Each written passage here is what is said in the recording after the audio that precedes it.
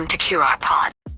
Përshëndetje të gjithëve dhe mirë se keni ardhur në episodin e radhës të Qiriazi Roots Podcast. Unë jam Sara. Dhe unë jam Leo dhe sot kemi në studio një vajzë që përfaqëson elegancën, mendjen e guximin për të ndjekur ëndrat. Është i student e Kolegjit Universitar Qiriazi dhe Miss Grand Albania 2025. Në një bisedë komplet ndryshe mes ambicjes, autenticitetit dhe jetës përtej titujve, me ne sot Dajana Gjoka. Mirë se vjen Dajana. Mirë se vjen Dajana. Deri për ftesën. Është një kënaqësi të të kemi këtu sot. Si dhe për mua të rikthejmë aty ku nisi gjithçka.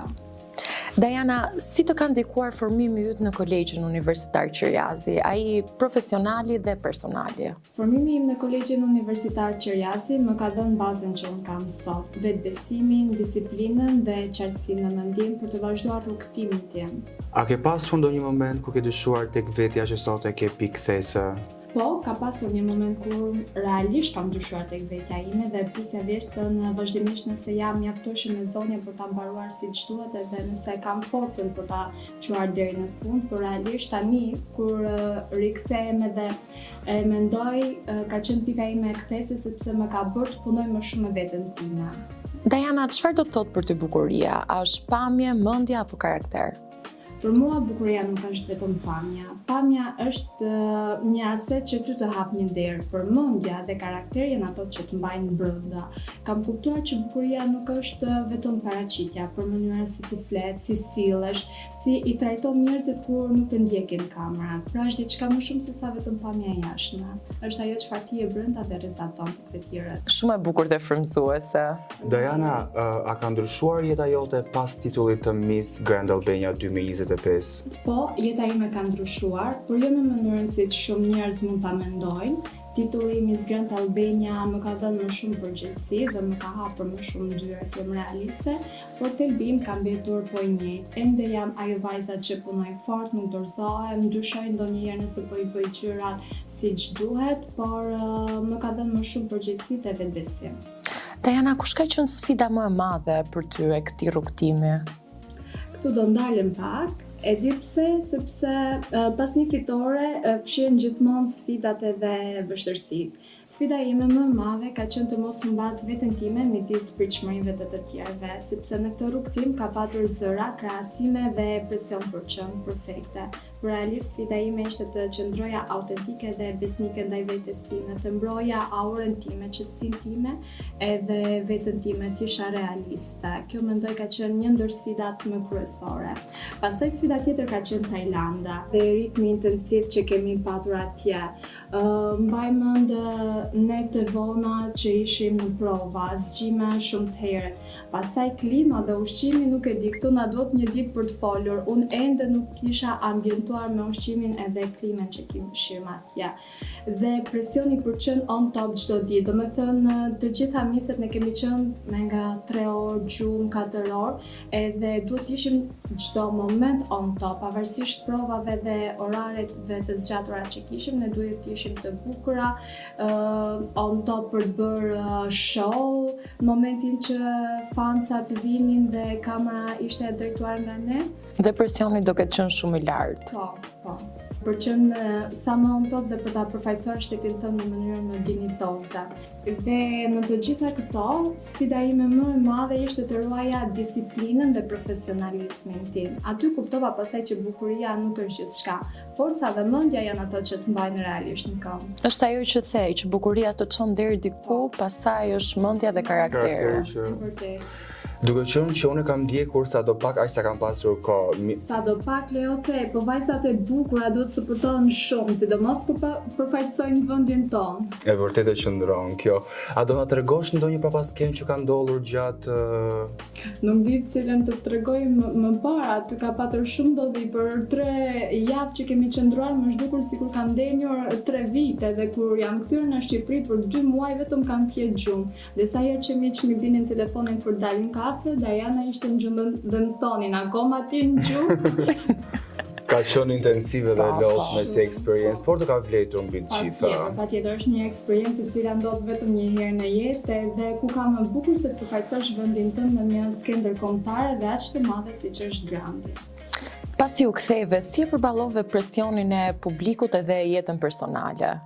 Kam mësuar të mbroj hapësirën time dhe jo çdo gjë duhet të ndarë me ndjekësit dhe jo çdo zë duhet dëgjuar. Momentin kur unë mbroj privatësinë time, qetësinë time, aty pastaj nuk është më një presion publik, por ti bashkëjeton me të në mënyrën më të mirë të mundshme. Diana, cila është ajo anë jotja që publiku nuk e njeh akoma? Janë imja të cilën publiku ende nuk e njeh, se sa shumë unë respektoj qetësinë dhe rutinën.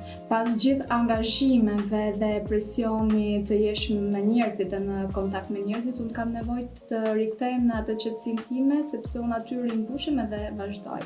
Ta bësh si një tip recharge.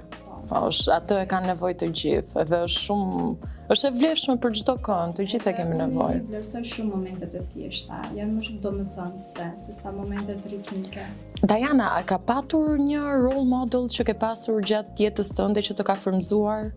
Unë role models kam të gjithë ato njerëz të cilët punojnë me sy hapur, shojnë me sy hapur, domethënë nuk dorëzohen kurrë, punojnë shumë fort për ëndrat e tyre, pavarësisht se sa të ndaja janë vështirësitë apo frikrat që ato kanë gjatë rrugtimit të tyre. Nuk dua të jap një emër, por unë kam shumë miq edhe shumë njerëz në rrethin tim të cilët unë i kam si role model, sepse më kanë mësuar të respektoj veten time dhe të mos dorëzohem. Diana, si përkufizon suksesi në këtë fazë jete?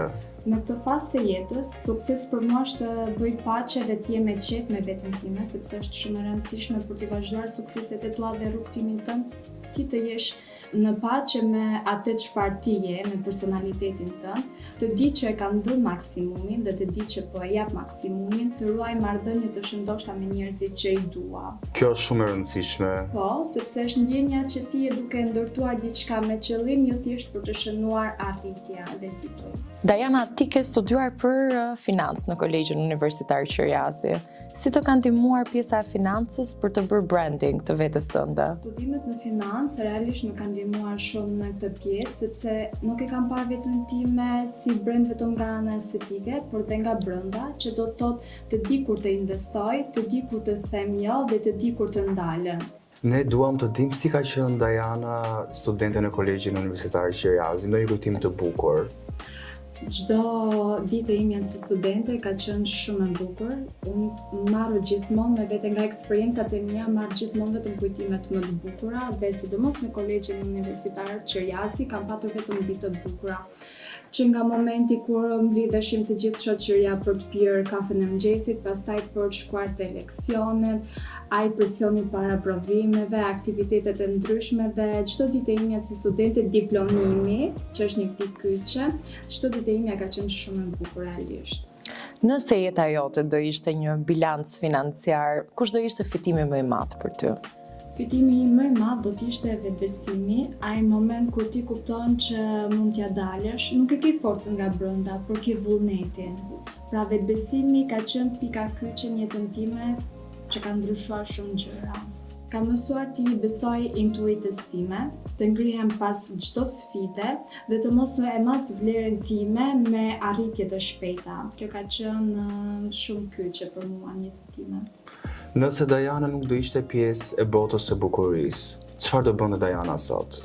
Do punoja financiere në zyrat dhe të ushtroja profesionin tim. Besoj botën e bukurisë do e kishte të paevitueshme, me thënë të drejtën, sepse je shumë e bukur. Edhe meriton. Edhe ti je shumë e bukur, edhe ti Leo shumë e bukur. Faleminderit. Mr. Dulce ti Leo ka qenë.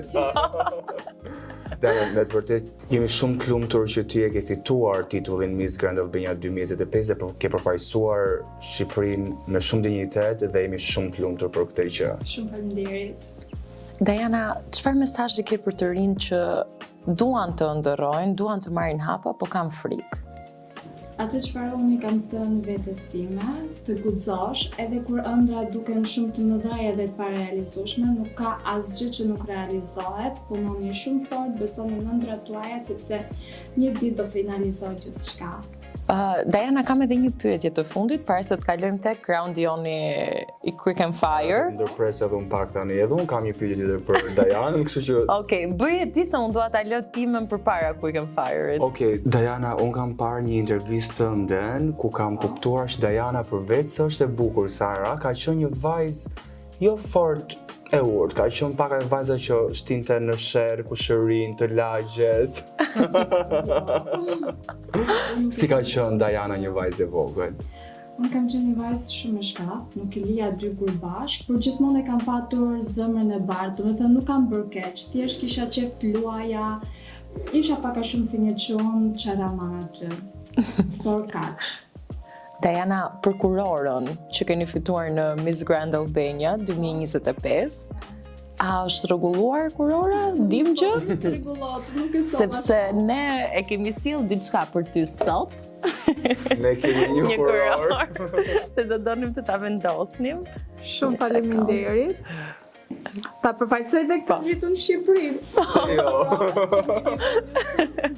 Diana, ne kemi edhe shkopin magjik, i cili nga sot e tutje do të plotësoj çdo dëshirë tënde. Dhe dëshira ime është që ju të dy të bëni moderator shumë të arrirë në jetë edhe ky podcast, kjo iniciativë t'ju shkoj sa më mbar. Shumë faleminderit Diana.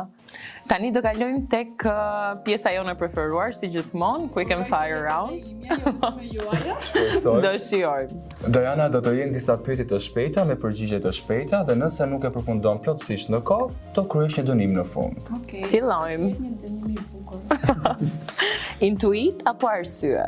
Intuit. Unë i besoj intuitës.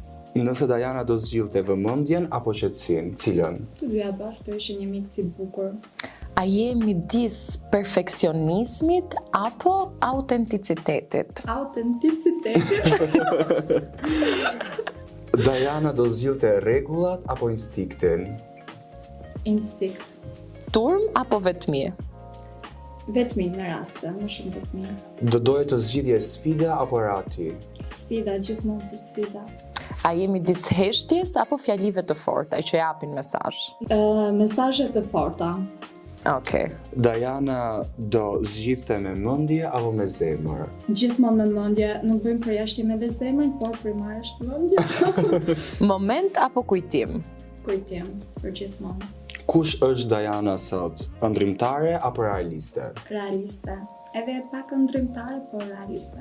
Diana, duke qenë që përgjigjet nuk ishin fiks në kohë, pyetja për dënimin që ti duhet të kryesh është: nëse Diana do ishte pjesë e jurisë të Miss Grand, të çfarë lloj viti të ishte?